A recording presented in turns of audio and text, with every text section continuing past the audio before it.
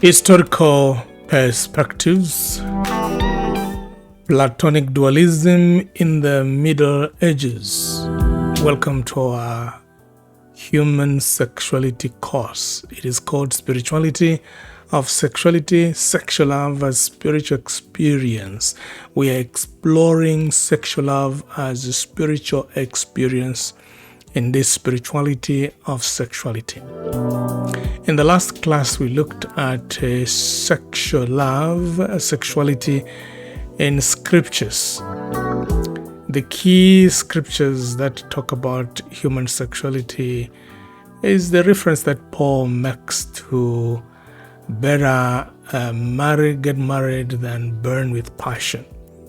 And we saw that this can be a negative approach to human sexuality. Human sexuality was not given to us so that we do not burn with passion. A woman was brought to Adam, Eve was brought to Adam so that Adam can have a relationship with his wife, and through this relationship they can encounter divinity.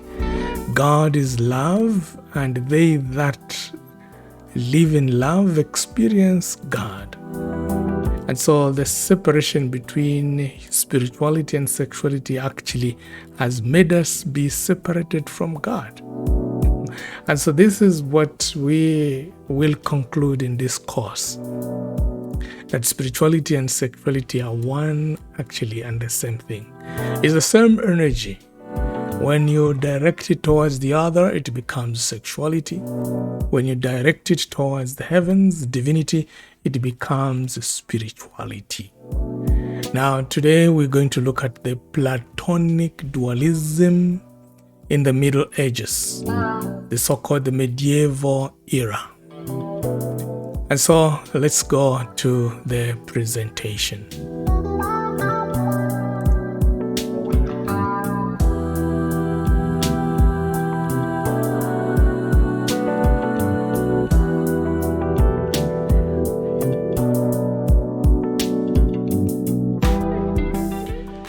Platonic dualism in the Middle Ages.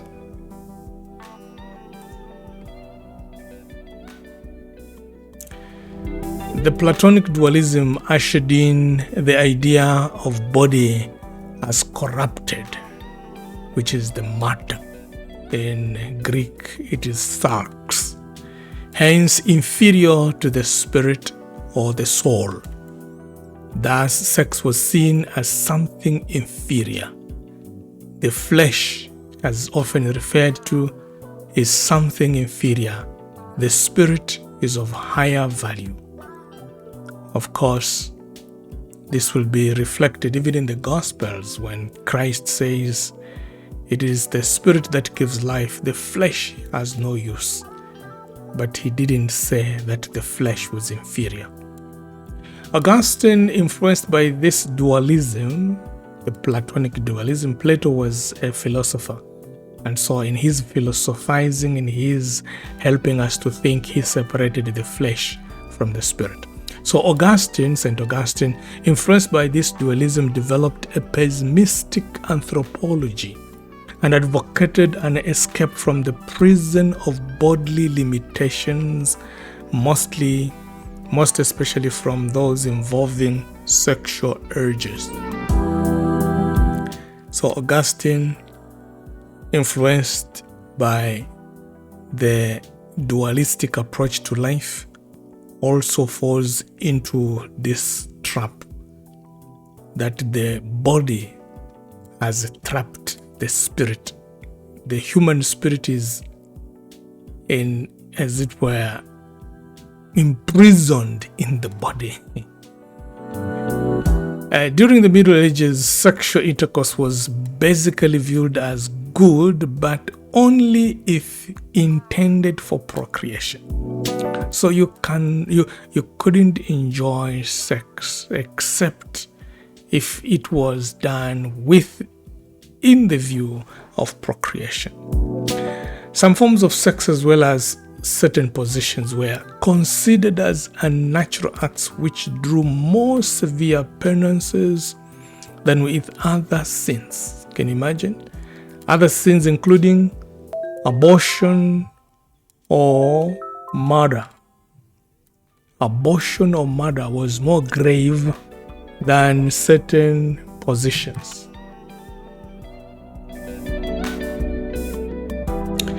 There was serious hostility to bodily pleasure. For instance, Emperor Charles V, the Penal Code Rules of 1532, Article 133, imposed the death penalty for the use of contraceptives, which implied the seeking of sensual pleasure outlawed by the church.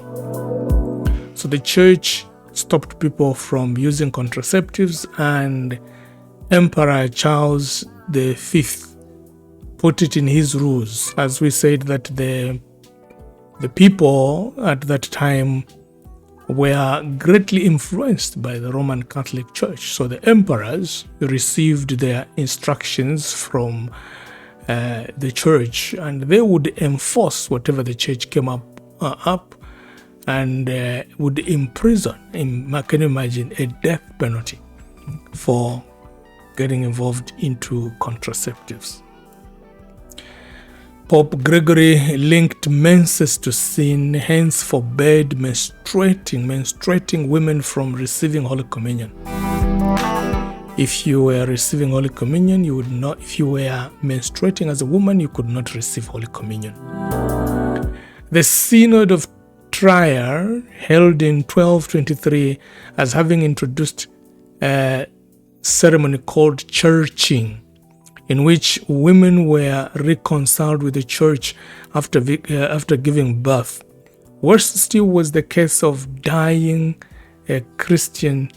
Worse still was the case of denying Christian burial to women who died in childbirth. So if a woman died while she was pregnant or during delivery, she was never accorded a burial in the grave for Christians. What about Aquinas? For Aquinas, pleasure was natural insofar as it was governed by reason. So you could not engage in pleasure if the mind was not involved. You have to operate pleasure within reason. It was during this period in the history of sexuality that the Catholic Church, the Catholic teaching on sexuality, became predominantly a moral theology based on natural law. So what is natural law? Observe what is happening in nature and apply it spiritually. And so why do animals mate? Is for procreation, is to propagate the species. So what is different between an animal and a human being? You would hear them reason that even for human beings, let them come together only for procreation. And some scholastics, however, associated sexual pleasure with sinful concupiscence and viewed sex as lawful only insofar as it was meant for procreation. Concupiscence, in Chibemba we say isambira chishinte. This is that feeling, that craving that connects us to the fall, the sin that Adam and Eve committed, that we are born in sin, we are conceived in sin. Which sin?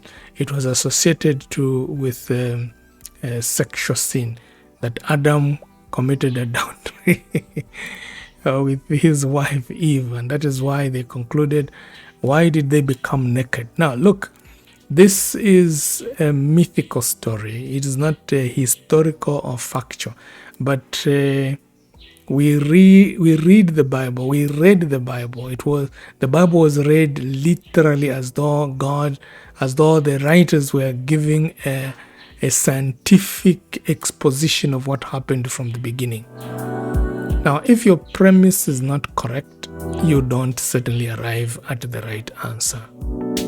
And so, if the story of Adam and Eve is your premise, then everything else that you derive from that premise will not be correct, will not help you at all. So if in the beginning you think that Adam and Eve sinned, then all the offsprings will be born with that sin. They will have this concupiscence. So they viewed sex as lawful only insofar as it was meant for procreation. In line with this view, in line with this was the notion of marriage as a lesser sacrament, not as grace-giving, but as a necessary remedy against sin. And the Catholic Church, we talk about sacraments. What is a sacrament? A means of grace.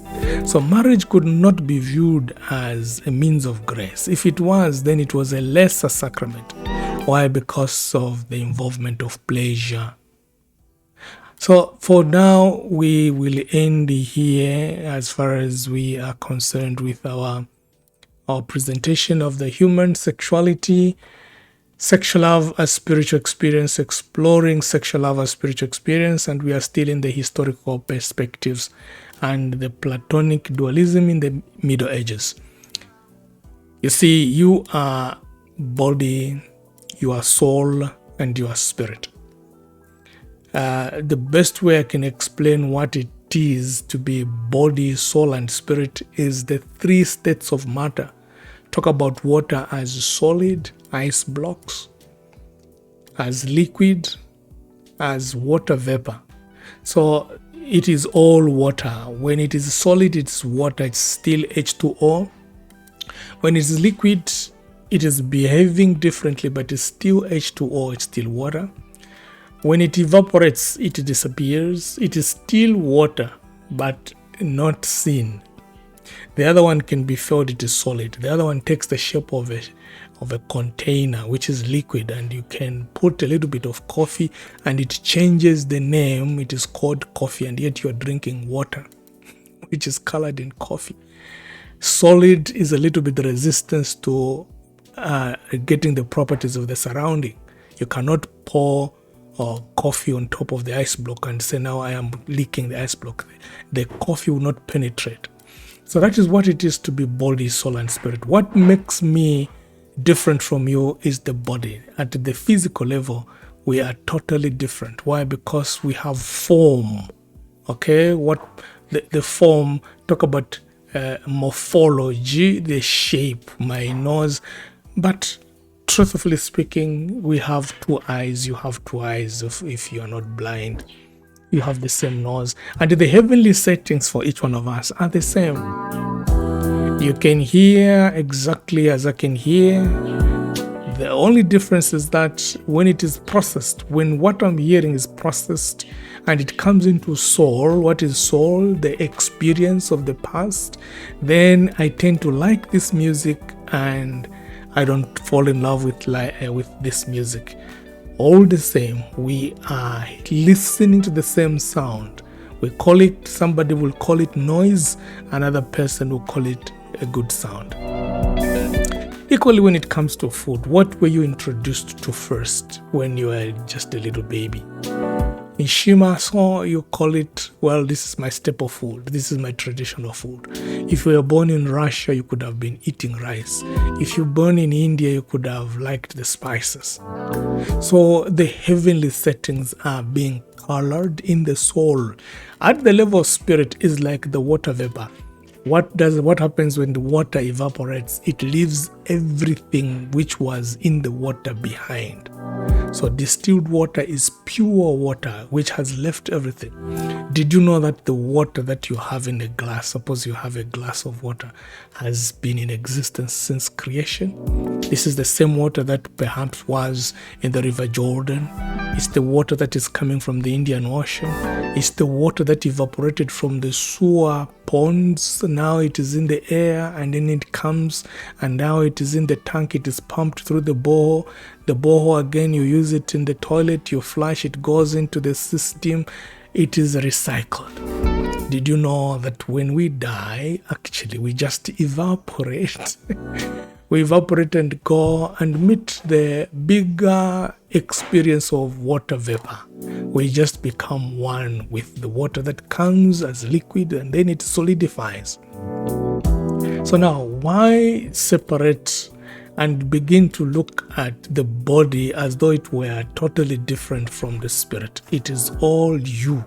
You are body, you are soul, you are spirit.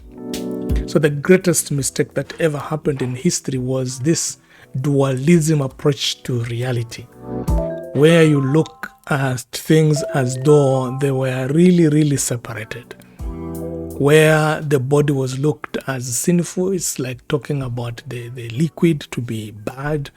Why? Because of what you have put in it. So we talk about the lost souls. Who is a lost soul? Is because of the behavior.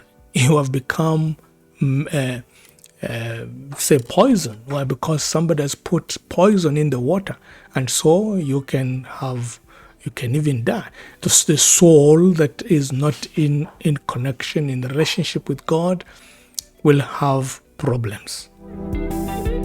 So my brother, my sister, I want you to take time just to reflect on these slides that I've presented, and ask yourself a lot of questions which, today we can say we are enlightened about sexuality, but I can assure you we are still very, very far. There are still people who are carrying burdens, people who are still not who are not yet sexually converted. They have had a spiritual conversion. They are born again as far as the spirit is concerned, but they are not yet born again sexually because they are not yet free with their bodies. They still look at the body as a human nature which is sinful and as such has to be disciplined. There was a time that the monks in the monastery, they would literally whip themselves to discipline the body.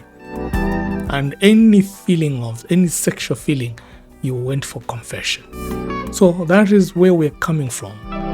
And as we explain more what happened in the Middle Ages in the next course, you will come to appreciate that really history has never been kind to human sexuality.